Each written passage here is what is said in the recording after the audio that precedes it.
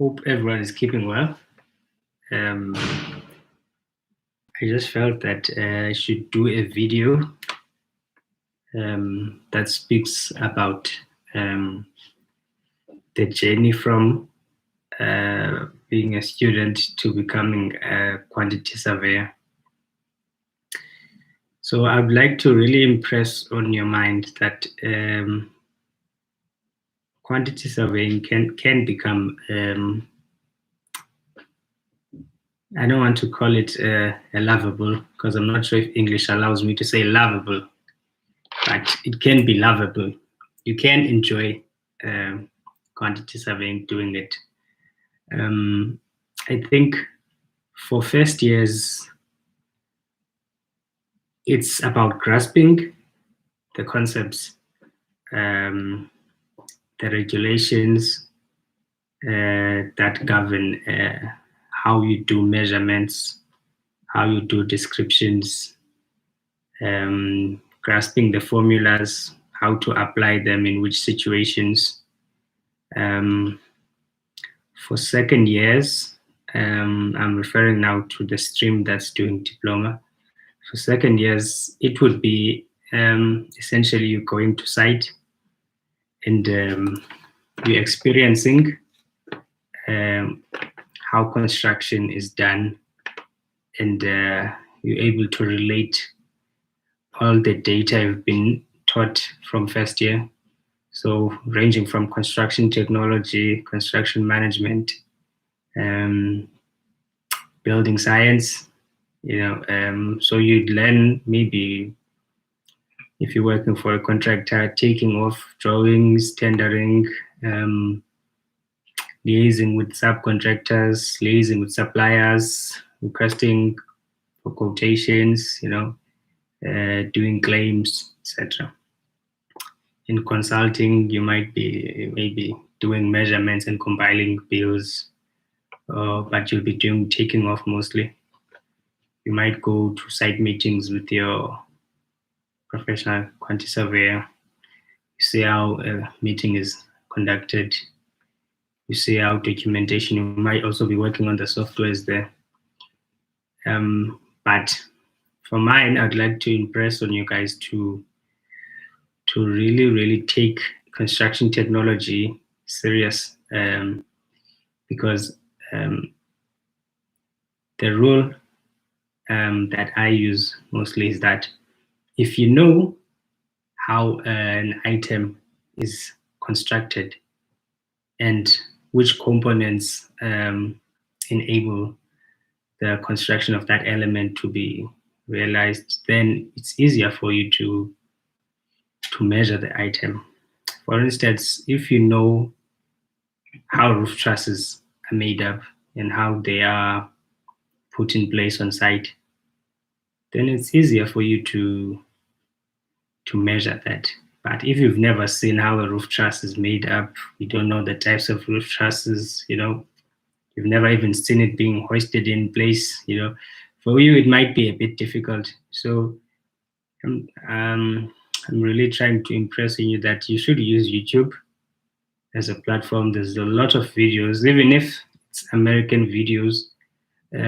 Construction might differ there and there, but it's not really too different because we're trying to achieve most likely the same goal, trying to build the structure.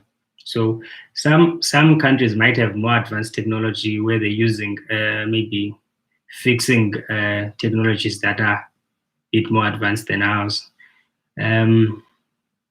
So I implore you to really take construction technology, building science, take it seriously.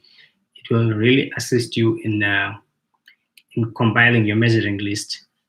Because in quantity surveying, when you get a drawing, it might happen that there's human error on the part of the designer, But if you know construction technology, you're able to bring up issues to the architect saying, hey, how are you going to fix this thing in place?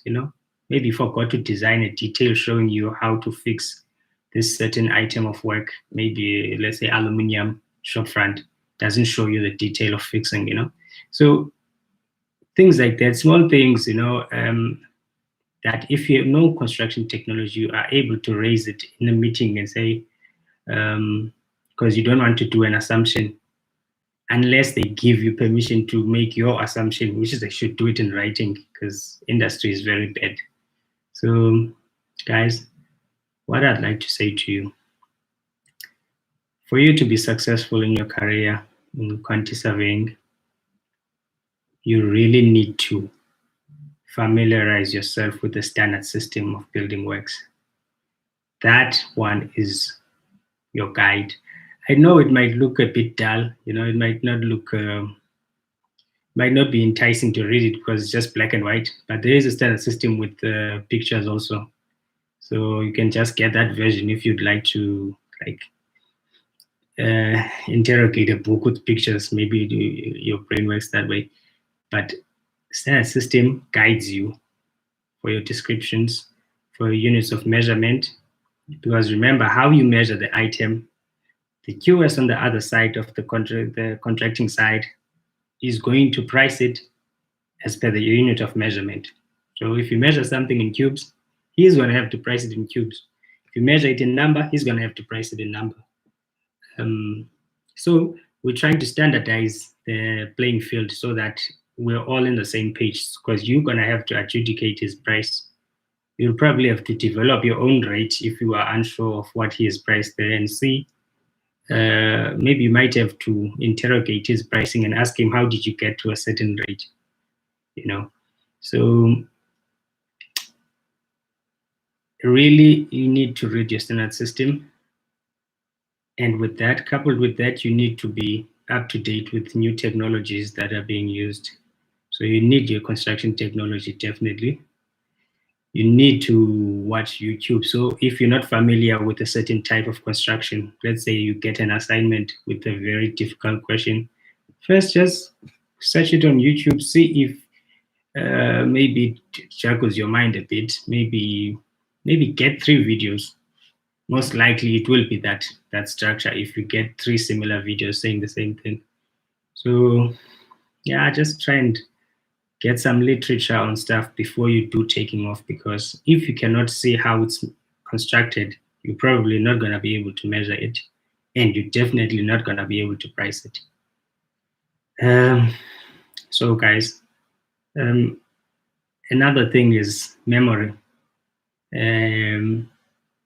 You might maybe doubt yourself in terms of memory, that you're not really that absorbing. Maybe your recollection is not that sharp, but you can train your brain, because repetition is the master that controls your brain. If you organize your mind that you do something continuously, and especially if it feels like you really don't want to do it, that's when you should really practice it. Especially if you think it's hard, practice it more. Associate yourself with people who are like-minded, people who are interested in what you are interested in. For instance, I was calculating yesterday a house with a pitch roof. A pitch roof which has got hips all around, it's got eaves all around. So there's jack trusses there, I was just blaming the architect, like, hey, this guy is just doing this complicated roof again.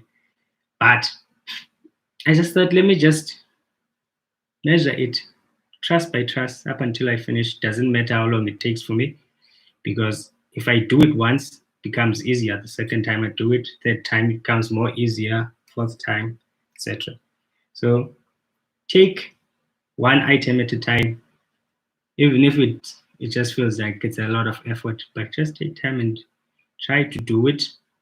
And maybe you can just try to associate yourself with people who are in the industry already, so that they can do like oversight on your work. They can say, no, we think you're on the right track, no, you're on the wrong track, or whatever, But if you are doing second year now, you might not have done concrete structures yet, double stories, reinforced piling, it's still gonna come. you know, it's still gonna come. Like, don't despair. You are gonna do concrete reinforced structures. You are gonna do composite slabs. You are gonna do structural steel works. Gonna do civil works. Gonna price all of that. Gonna do taking off on all of that. Electrical, plumbing, everything. So mine is this: if you're doing second year, you're doing training, absorb as much as you can on site, as much as possible. Ask questions. Ask how to read a bending schedule. That's something that's going to be vital for you, because engineers won't give you the tonnage. In some instances, you have to calculate it. They assume that you know how to calculate that. And another major issue, or let me not say an issue, principle that is in quantity surveying. It's a very important one. If you really are serious about quantity surveying and you really like it, you might want to research about the council that you register in as a professional quantity surveyor. So that council is brought to existence by an act, and there's a council for the built environment that also founds the other councils. There's also like amalgamation of councils that are also part of one council. There you've got code of conduct. Honesty is like a very big part. As much as we do calculations and specs and all of that, there's an aspect of honesty that is a requirement for also registration. Very important, guys. I can emphasize that. Look, someone might not like that you are honest. Just try and be honest, because being dishonest backfires. It will backfire, guys. All the investment you've made, all the knowledge you've gained over the years. Let's say you spent 10 years trying to become a professional QS, and you just spoil it with a bit of dishonesty there and there. There's repercussions to that. It might be good what you do, and then you just take a small shortcut. It's not worth it, guys. So I just want to impress on you guys. Believe in yourself, but your belief must be coupled with practicing, which is you need to, especially in that system, you need to read it. You need to read past bills, like just read how they phrase their descriptions. Just practice that, and you'll get good at some point. And even close the book and just try and draw up a description on your own. You don't really need to say clear entire site, just like maybe the other people do. You can say clear site is demarcated wherever. I mean, it's up to you. It's English, end of the day, as long as there's no ambiguity and you're not confusing someone, but the sooner you learn that you are giving the contractor instruction on what to do, and it must be very clear what you are saying you must do, because you're going to confuse him, and then there's going to be pricing errors if you are. But I'm not saying deviate too much from the norm. You can write it the normal way, like clear site is just like in the description on the standard system. You can do it that way. But sometimes I know that you won't have your standard system close to you. You might have to devise a description. So as long as you think it's clear and it gives all the details to the contractor, it's fine. But 3 things, guys.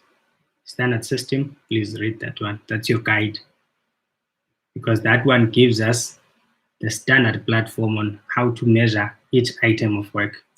That guides contractor and the consultant, so that each one understands that item of work in the same way. That's what we're trying to achieve, standardization, guys. Okay. Second thing, construction technology, which gives you methods, materials, etc. Okay, need to be up to date with the new trends. What's the benefits? what's the pros and cons of different materials, doing this, doing that, so you can advise the client. Thirdly, guys, if you're really serious about quantity surveying and you want to go far, honesty. I don't want to say integrity. Integrity encompasses a lot of things, but let's say honesty. Yeah, gonna need that one. And guys, maybe just as a last item, your time is of value. If you're doing training, do your training, finish it, come back to school, finish your diploma. Don't let industry keep you while you're not qualified. Gonna waste your time. Your time is valuable. The more time you are away from school, you're not done. You know, it is experience, but it's not really worth it, guys. So if you've got a chance, do your training, go back, finish your diploma, then you decide, do you want to do BTech or do you want to add on, you want to go to honors, you know, or you want to go back to the industry and work again. That's up to you. Gaining experience is very important because it also assists you in your judgment and your assumptions that you make about the industry. Like even when you're pricing, you do need to make informed assumptions. So being realistic is better than theoretical sometimes because it assists you to come closer to what is actually going to happen on site. I just want to impress on you guys that it is a wonderful profession. You know, I think I'm also falling in love with QS. You know, at some point it was also irritating for me to measure some items, like some small items, like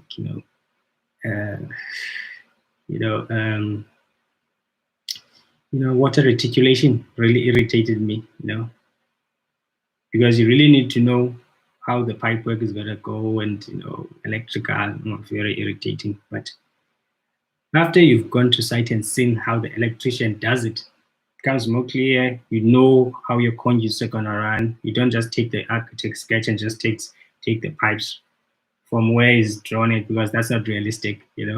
So learn how an item is done, then it's going to be better when you measure it. Going to know most of the components that you need to measure. So I just thought I should say that to you guys. Don't give up. Doesn't matter how long it takes. You're not racing with any other student. This is for your own good, for your own life. Even if someone gets work before you, you're gonna get your chance at some point. As long as you still focus on your goal, go forward. Yeah, guys, keep well. Yeah, sometimes take time for yourself. Watch some cartoons, laugh, then go back to your books. Keep well, guys. And please subscribe. I just forgot to say that. Yeah, please subscribe to the channel. I know I haven't posted anything in a while that has got to do with calculations, but I just felt like it's not really that you guys don't know how to calculate stuff. It's just that I don't think you're too enthusiastic about the profession itself, but I think once you're enthusiastic, maybe someone pays you to do a taking off. I think you're gonna start liking construction, like quantity surveying, So yeah. Okay, guys, keep well.